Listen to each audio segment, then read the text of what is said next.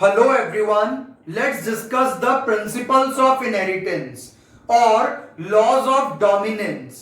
तो father of genetics Gregor Johann Mendel ने 3 laws inheritance के सजेस्ट किए थे and those 3 laws are law of dominance, law of segregation and law of independent assortment.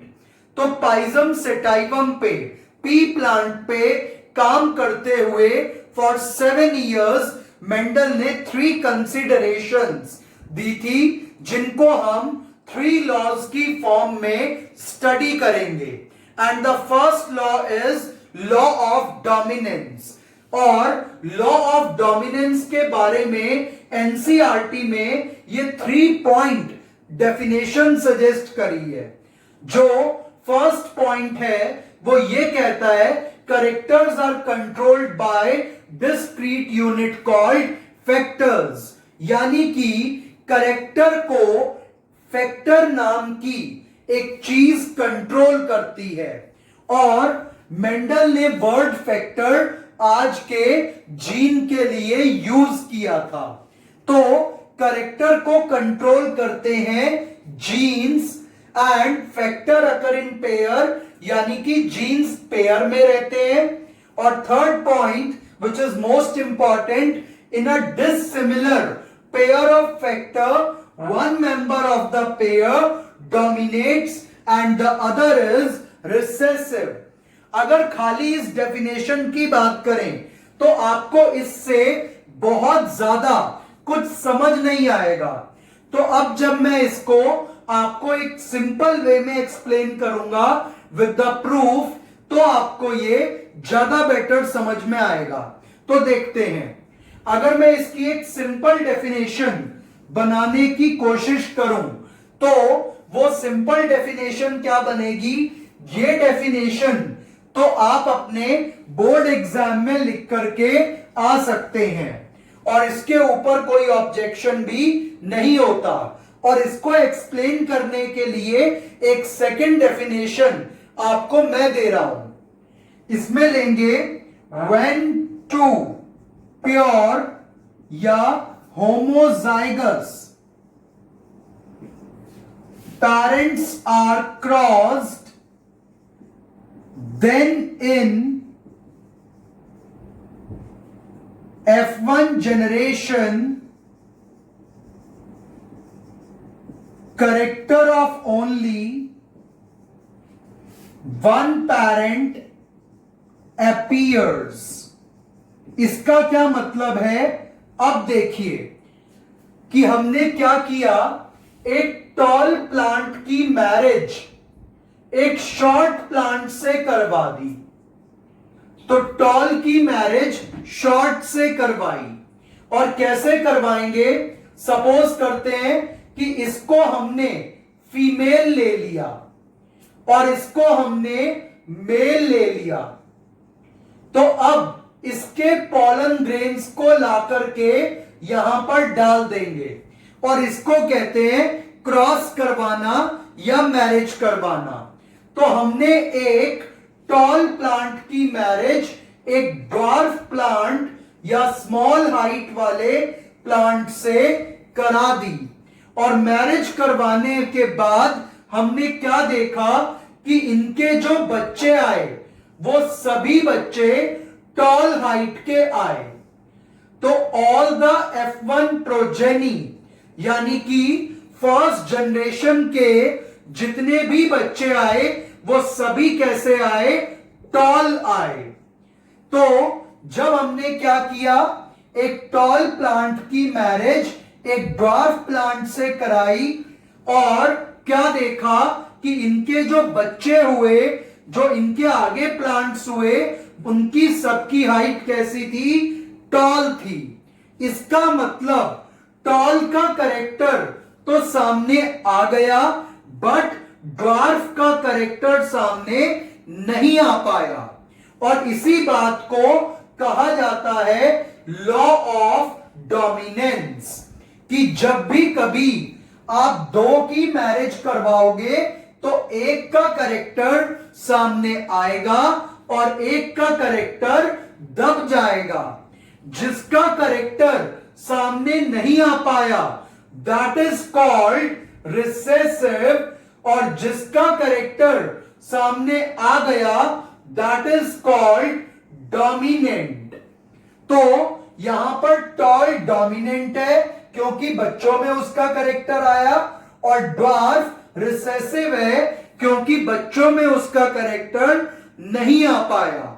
और अब इसको हम क्रॉस की फॉर्म में कैसे रिप्रेजेंट करेंगे? तो let us take tall, we are crossing it with dwarf.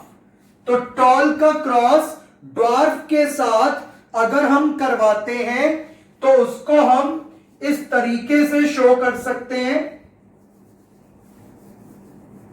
कि हमने ये टॉल ले लिया, ये ड्वार्फ ले लिया। अब इसके जीनोटाइप लिखेंगे। टॉल के लिए कैपिटल टी, ड्वार्फ के लिए स्मॉल टी, और यहां लिख देंगे ब्रैकेट में पेरेंट्स। और अब इसके गैमीट बनाएंगे।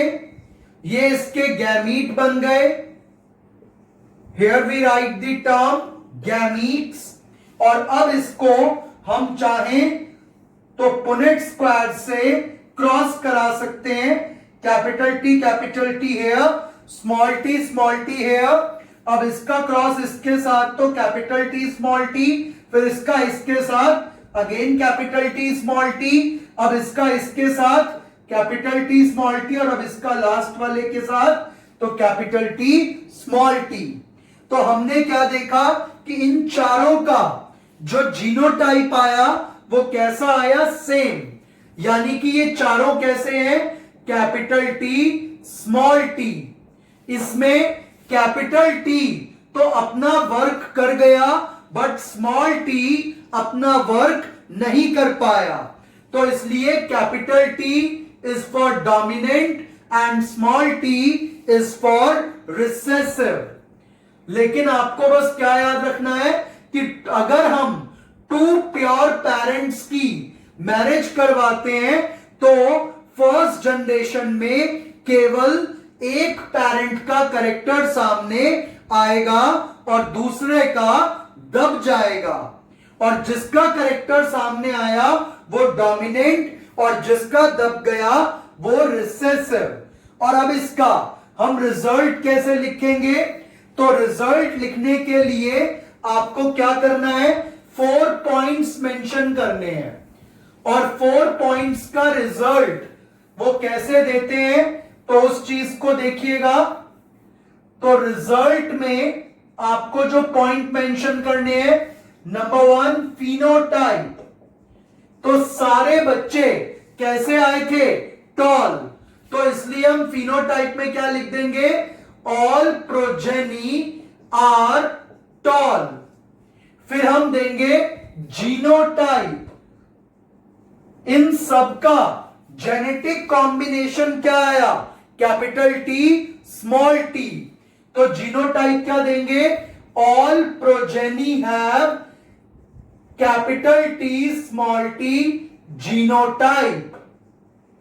और अब इसका देंगे फिनोटिपिक रेशियो। तो इसमें सारे के सारे टॉल थे, कोई ड्वार्फ था ही नहीं, तो रेशियो क्या हो जाएगा? 4:0, where 4 represent tall and 0 represent dwarf। और जीनोटिपिक रेशियो ये भी हो जाएगा 4:0। तो where 4 represents capital T small T और 0 कैपिटल टी और स्मॉल टी। तो अगर हम ये रेशियो नहीं भी देंगे तो भी ये चलेगा। तो आपको ये क्रॉस समझाना है। इधर यहां पर आप पेरेंट्स लिखेंगे, फिर उसके बाद आप क्या करेंगे? पेरेंट्स लिखने के बाद आप गैमीट बनाएंगे, फिर F1 का ये क्रॉस बनाएंगे, पुनेट स्क्वायर बनाएंगे, और फिर ये रिजल्ट मेंशन करेंगे।